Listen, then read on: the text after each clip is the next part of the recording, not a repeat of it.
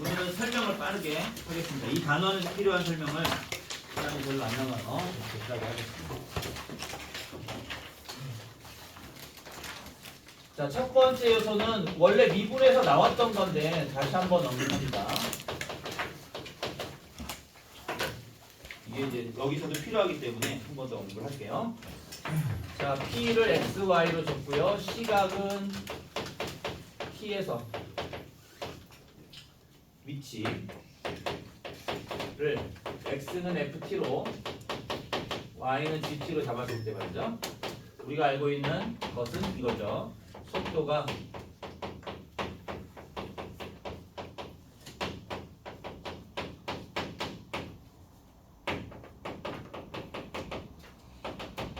이렇게 표현할 수 있고, 여기서 한 번 더 미분하시면 이궤도가 되면서 가속도가 되죠. 맞죠? 다 알고 계시죠? 그 다음에 이제 속력이 나오는 건데, 속력은 이제 제곱을 하면 되겠고요. 크기니까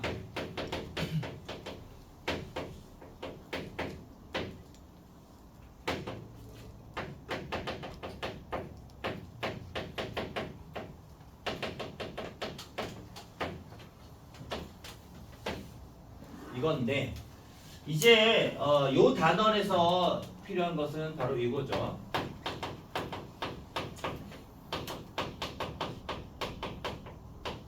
점이 움직인 거리에 대한 얘기입니다. 자, 여기서는 지금 방금 요 조건이죠. 요 조건이 필요하고요. 그대로 다 필요하고요. 점이 움직인 거리니까 얼마나 움직였는지를 알아야 거리를 구할 거 아니에요? 그러니까 다 자연스럽게 뭐가 필요하죠? 구간이 필요하죠. 그죠? 그러니까 여기는 이거 플러스 구간이 필요한 거죠. 구간 AB를 잡겠습니다. 자, 해놓고 우리가 알고 있는 거리를 한번 사용해 볼 건데, 자, 거리는 이제 저기 앞에 속력으로 되어 있는 것들 접근하면 되잖아요. 그죠?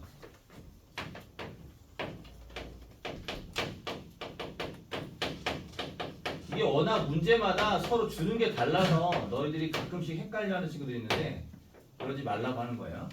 자, DT. 그 다음에 또 AB.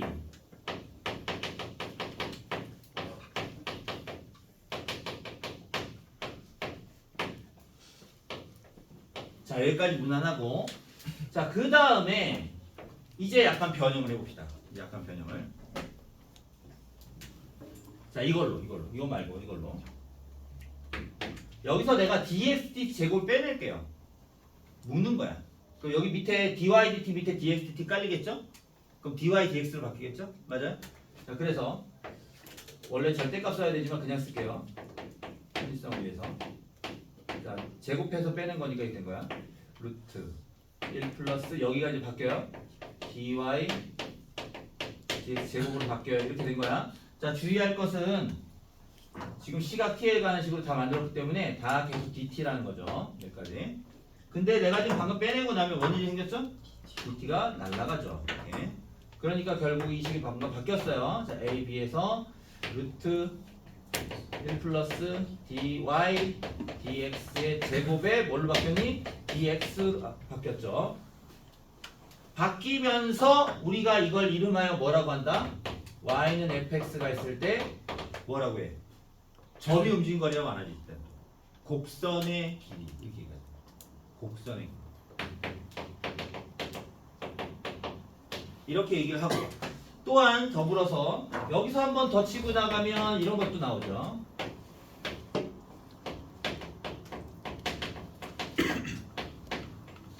이렇게도 표현되겠죠. 맞죠? 그러니까 이게 다 같은 거야. 다 같은 건데, 논술 문제는 특징이 뭐냐면 미분 쪽도 그렇고 적분 쪽도 그렇고 이런 제시문을 줄 때도 있고 안 줄 때도 있어. 원래 그러니까 원래 제시문이 나온 학교인데 그 제시문 나온 학교조차도 문제는 있는데 저걸 주기도 하고 안 주기도 해. 주면 땡큐인데 안 주면 헷갈려하는 애들이 있고, 여기는 또 좀 신나는 게 이쪽은 말이죠. 너무 다양해. 막 줄 때가 다 달라. 이거 줬다가 이거 줬다가 이거 줬다가 계속 지들 마음대로 줘. 문제를. 물론 당연하게도 좌표화된 식으로 주게 되면 이런 식으로 가게 되겠지만 함수로 주게 되면 이런 식으로 오겠죠. 당연히. 그죠? 그 정도는 여러분들이 판단할 수 있을 텐데 어쨌든 다 같은 식인데 계속 문제마다 줄 때가 있고 안 줄 때가 있고 주더라도 또 어느 거 줄지 모르고 이런 상황이라는 거죠. 헷갈려 하지 마시라. 자, 그래서 이거를 이제 정리를 다 합치면 이렇게 되는데, 이것도 용어가 여러 가지로 쓰게 돼서 위치를 보통 x를 ft로 많이 표현을 하는데요. 그때 대응하는 상황이 보통 이제 속도죠. 그때 대응하는 상황이 보통 속도를 v로 f't를 주게 되겠고요. 그 다음 만약 거리를 쓰게 되는 개념을 쓰게 되면 s를 주게 되고, 이건 뭐 속력하고 관련이 있으니까 절대값 vt 이런 식으로 주게 되겠죠. 보통 이렇게 짝을 많이 씌우고, 그죠? 그래서 얘네들이 한 카테고리가 되고요.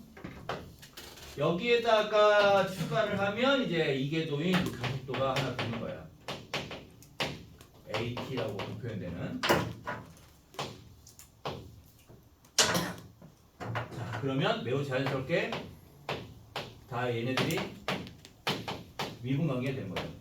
얘네들은 전부 다 적분관계가 되는 거죠. 맞죠? 다 알고 있죠? 오케이? 자, 이 관계도가 적분에서는 매우 중요한 이쪽 파트가 되는 거고, 그 다음에 또 적분의 특수한 상황이 또 있습니다. 그게 바로 뭐냐면 단면을 이용해서 부피를 구하는 문제들이에요. 단면을 이용해서 부피를 구하는 거. 자, 이게 이제 적분 단원의 특별한 문제 중에 하나가 되는 건데, 보통 이거는 어떻게 나와야 되냐면 일단 구간이 있어야 돼요. 구간이 없이는 구할 수가 없죠. 구간을 주게 되고, 그 다음에 여기 일단 x축이라고 할게요. 축은 둘 중에 하나죠. x축이 자르든지 y축이 자르든지 둘 중에 하나인데, 여기 x축을 할게요. 기준을. 자, x축의 수직으로 자른 단면의 넓이가 필요하죠.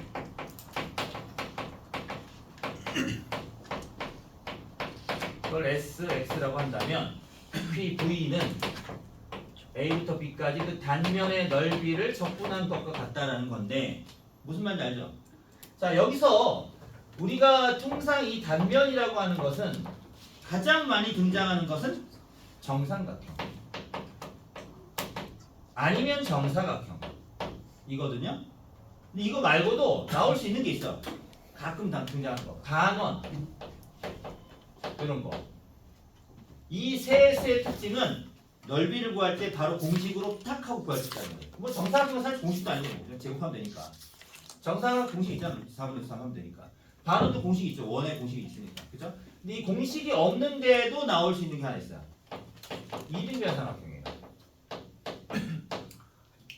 그러니까 이런 경우는 이등변 삼각형을 주면 이거 바로 구할 수 방법이 없어서 보통은 이제 밑변의 길이를 구한 다음에 높이를 따로 구해야 된다거나, 아니면 그 문제가 아주 특수한 문제여서 사이각을 알려줘요. 뭐 이런 거 장치를 좀 마련해 주는 거죠. 넓이를 구할 수 있게 이렇게 해주면 되는 건데, 잘 안 보이는데. 자, 실제로 나왔던 문제들을 한번 보겠습니다. 자리가 여기다 하면 되겠는데, 여기다 할까요?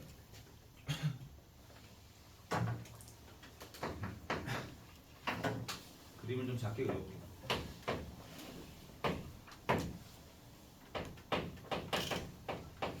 자, 이렇게 있고 원점을 지나는 접선이에요. 자, 문제의 질문은 뭐였냐면 이 접선과 이 LNX와 X축으로 둘러싸인 요 부분이죠. 요 부분을 밑면으로 하는. 밑면의 모양에 대해서 신경 쓸 게 없어요. 밑면의 넓이를 구할 것도 아니고, 밑면을 뭐 이렇게 줘도 이거 어떻게 몰라도 돼. 잘랐을 때 뭐 어떻게 생겼냐, 그게 중요한 거 아니야. 그죠? 자, 이 경우의 문제는 이건 경희대기출 문제인데, 자른 단면이 정삼각형이라고 줬습니다. 정삼각형. 그러면 이 문제는 여기가 1점이고요. 그 다음에 여기가 2가 될 건데요. 이 직선의 방정식을 구해보면 뭐 자연스럽게 미분하면 되니까 2분의 x 이렇게 나올 거예요. 자, 그럼 여기를 잘랐을 때 x축 수직이니까 이렇게 잘랐을 때 정삼각형이다. 그러면 이렇게 자르면 정삼각형이에요 라는 의미가 되겠죠. 맞아요? 그럼 내가 지금 뭘 구해야 되지? 이 정삼각형의 한 변만 구하면 되죠. 이 한 변의 길이는 뭔가요? 이 한 변의 길이는 y값이죠. y값. y값. 그렇잖아. 근데 이 문제는 조심해야 되죠. 여기에서 하는 거랑 요 점 있죠? 여기를 기준으로 잘라서 이 위에 여기에서의 정삼각형이 서로 다르죠. 뭐가요? y가요. 구간은 상관없어. 구간은 나중에 따르는 거. 길이인 y가 바뀌잖아. 여기서 y가 얼마야? 여기서 y가 이거지. 이거 2분의 x. 여기서 y는 얼마야? 이쪽에서 y는 빼야지. 이거에서 이거 높이를 빼야 될 거 아니야. 즉 2분의 x 마이너스 l은 x잖아요. 맞아 안 맞아요? 그러니까 이 경우에 앞쪽이랑 뒤쪽이랑 식이 다르게 나오는 거죠. 앞쪽 거는 인테그랄 하면서 0부터 1까지 4분의 루트 3의 y 제곱이니까 2분의 x의 제곱 dx가 되는 거고, 뒤쪽 거는 1에서 2까지 4분의 루트 3 하는 건 똑같은데 y 값 자체가 다르죠. 2분의 x 마이너스 ln x가 되고 이거의 제곱 dx가 되는 거죠. 맞아요? 그럼 이 문제에서 요구했던 그 부피를 구한다는 건 이것과 이것을 계산해서 합한다는 거죠. 맞아요? 그러니까 앞쪽 거는 그냥 x제곱에 대한 제곱이 빠졌네. x제곱을 계산하면 되니까 적분이 어려울 게 없는데, 여기는 지금 제곱을 하면 x제곱에 2xlnx lnx 제곱. 그럼 xlnx 부분 적분해야 되고 lnx 제곱도 부분 적분 2번 해야 되고, 약간 번거롭겠죠. 그러나 할 수 없는 문제는 아니죠. 알겠나요? 요게 이제 경희대 문제.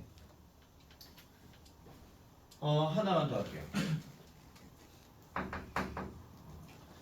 자, 지금 보여드리는 건 한양대기 시험인데, 이 y는 ex 잡혀있고, 여기는 이렇게 해서 y는 t를 줬어요. 자, 그러면 여기 교점이 여기는 1이겠고 여기 t겠고, 요 점이 나오겠네. 여기는 lnt가 되나요? 이렇게 되겠네요. 자, 이 문제 좀 특이한데요. 일단 x축에, 자, 요걸 밑면을 하면 요게 밑면이야. 인데 x축의 수직으로 자른 단면은 정삼각형이 됐어요. 이렇게. 그럼 이 경우에 요 y값 얼마겠어요? 요 y값 t에서 이거 빼면 되니까, 그죠? 맞죠? 이건 좀 전과 비슷하죠? 구간은요, 여기서부터 여기까지죠. 그러니까 어떻게 되죠? 0에서 lnt까지, 얘도 정삼각형이니까 4분의 3 y 제곱하면 되는데 y가 t-2x의 제곱이 되겠어요. 맞죠? 근데 여기는 한 문제가 더 있어요. y축의 수직으로 이렇게 돼 있어요. y축의 수직으로 잘랐더니 이렇게 돼 있어요. 그게 정사각형이에요 라고 돼 있습니다. 그럼 이 정사각형 역시 한별이 필요하거든요. 그죠? 맞죠? 이번엔 x죠. 여긴 y지만 요 x죠. x가 얼마일까요? 요 식을 잘 봐야 돼. x 구해야 되니까. 양변에 ln을 잡아야 되겠네. x가 얼마지? lny. 맞아?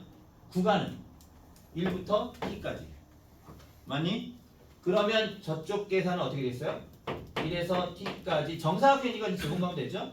뭐였어요? 방금? lny였죠? lny의 제곱. 요게 정사각형의 넓이고, 여기 뒤쪽을 주셔야겠죠? dy. 맞냐? 이렇게 하면 양쪽 부피가 구해지는 거예요. 이 문제는 경희대 문제는 그냥 실제로 그냥 부피를 구하는 거였고요. 한양대 문제는 두 개를 따로따로 구해서 서로 분모 문제 만들어 극한치는 문제를 받겠고요. 하지만 되게 비슷하죠. 어떤 느낌인지 알겠죠? 그러니까 단면을 이용해서 부피를 구한다는 문제는 대부분 이런 용도로 많이 쓰는데, 주의할 것은 변수가 좀 주의를 할 때가 있어요. 이를테면 t나 이런 걸 섞여가지고 좀 헷갈릴 때가 있어요. 그런 것만 조금 주의하시면 돼요. 일부러 좀 약간 헷갈리게 만드는 게 있거든요. 알겠죠? 어떤 내용인지 알겠죠?